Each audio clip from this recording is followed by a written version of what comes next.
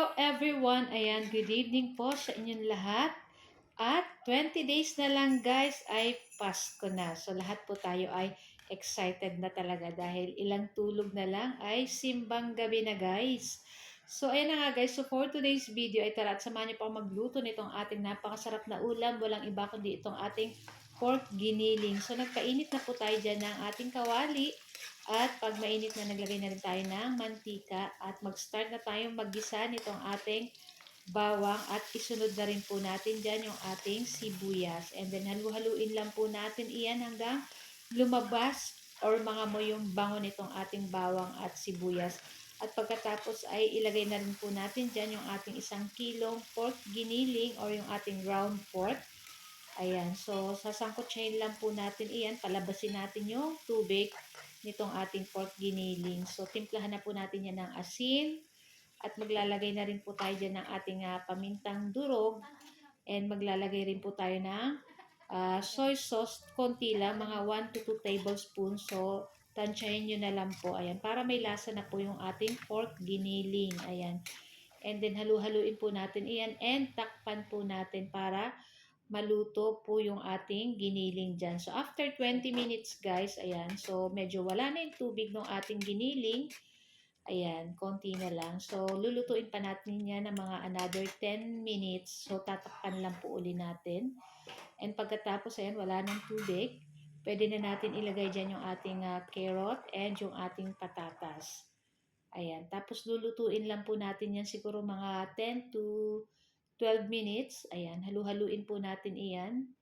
And then, maglalagay na po tayo dyan ng ating tomato paste, saka laurel. So, yung ating laurel, yung ating bay leaves. Tapos, maglalagay po tayo ng tomato paste. So, konti na lang yung tomato paste ko guys. So, okay lang yan.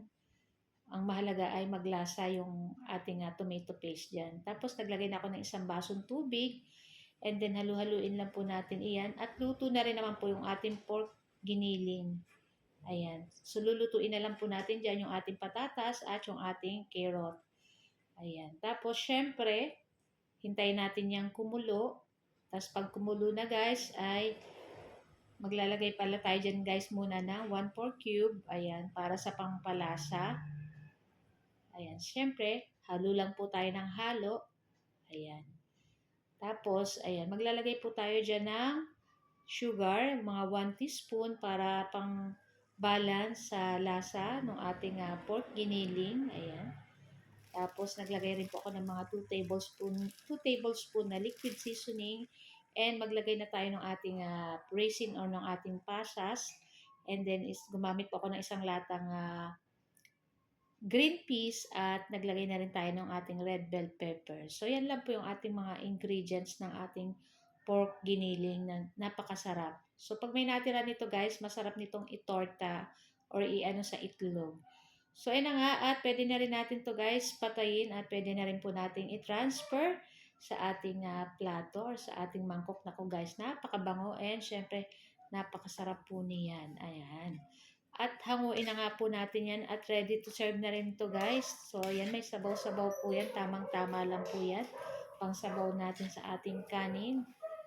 So, yun na nga guys. So, ito lang po yung aming video today at sana po yung nag-enjoy kayo. Huwag niyo po sana kalimutan mag-like, comment at pa-share po ng ating video.